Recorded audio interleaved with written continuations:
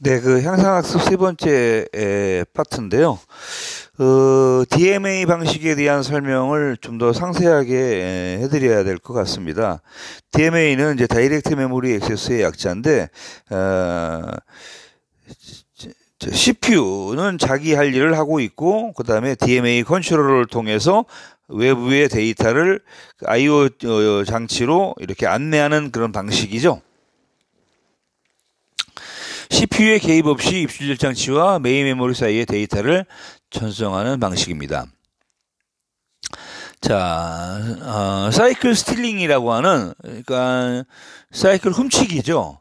이것은 뭐냐면 이제 CPU가 메인 메모리를 액세스하지 않는 시간에, 즉 다시 말씀드리면 CPU가 내부적으로 어떤 명령을 해독하거나 또는 ALU를 통해 연산을 처리할 때 그렇게 CPU가 이제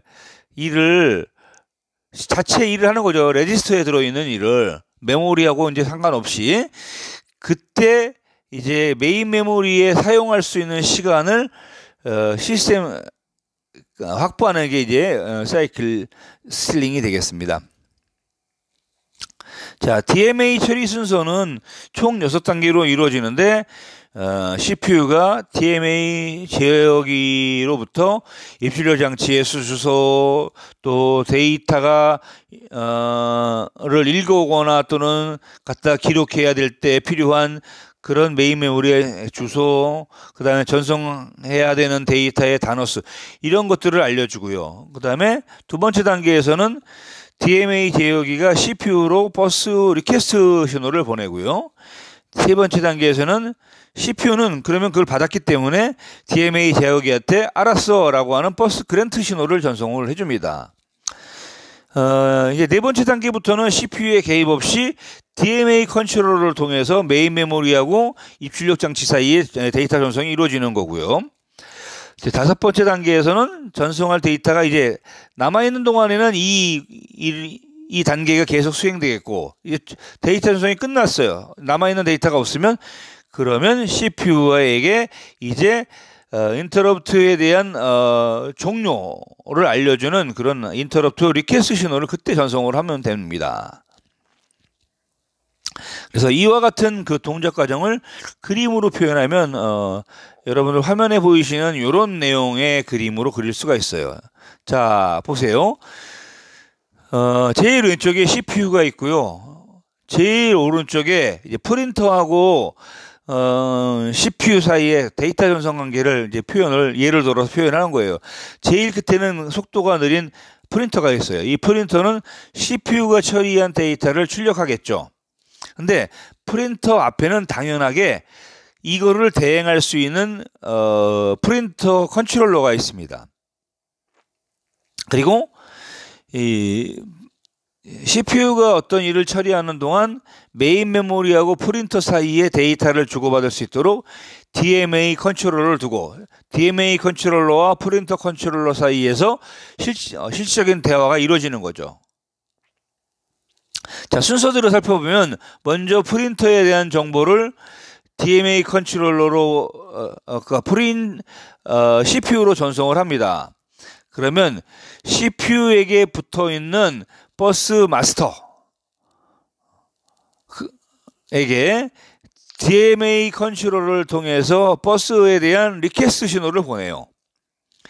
자, 그러면 CPU가 지금 뭐 한가하니까 버스 사용권을 주지 하면 이 버스 그랜트 신호를 발생을 시킵니다. 그러면 이때 DMA 컨트롤러가 메인 메모리의 데이터를 직접 프린터 컨트롤러에게 전송을 하는 거예요. 그동안 CPU는 다른 일을 할 수가 있는 거죠. 그리고 나서 이제 프린터 컨트롤러는 프린터에게 작업을 시킵니다. 그럼 프린터가 돌아가겠죠. 돌아가서 이게 이제 다 끝났어요. 데이터 전송이 끝났습니다. 그러면 이제 제어권을 다시 CPU한테 주는 거예요.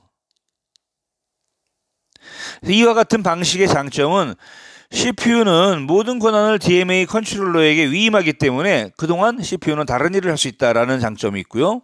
단점으로는 모든 데이터가 그럼에도 불구하고 메인 메모리와 DMA 컨트롤러와 프린터 컨트롤러와 프린터 사이에서 이렇게 계속 반복해서 회전해야 된다 하는 겁니다.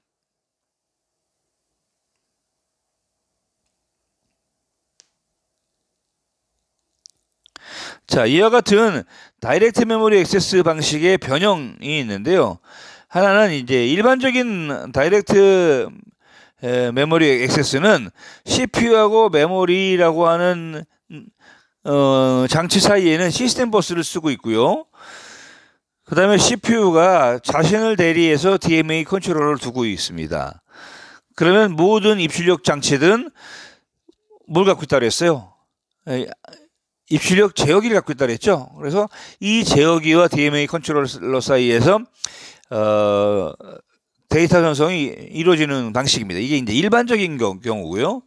이제 이게 변형되면 그러면 어떻게 되냐면 DMA 안에 아예 DMA 그 컨트롤러 안에 IO 컨트롤러를 아예 두고 있는 겁니다. 그래서 아예 계층 구조를 만드는 거죠. 그래서 입출력 장치 위에 당연히 입출력 컨트롤러가 있고 이것들이 DMA 제어기의 통제를 아예 처음부터 받는 방식이에요. 이렇게 하면 시스템 버스를 격리함으로써 데이터를 주고받는 그런 단계의 절차가 간소화되겠죠. 이렇게 해서 변형해서 쓰는 방식도 지금 나와서 활용되고 있습니다. 자, 이렇게 해서 입출력 모듈에 대한 모든 학습 과정을 다 마치려고 합니다. 여러분들 혹시 이해가 되지 않는 내용이나 이런 거 있으면 오프라인 강의 시간을 활용해서 여러분 반드시 알고 짚고 넘어갈 수 있도록 이렇게 하시길 바랍니다. 자, 그러면 제 13강 IO 채널에 대한 IO 모듈에 대한 모든 학습을 마치도록 하겠습니다. 여러분 수고하셨습니다.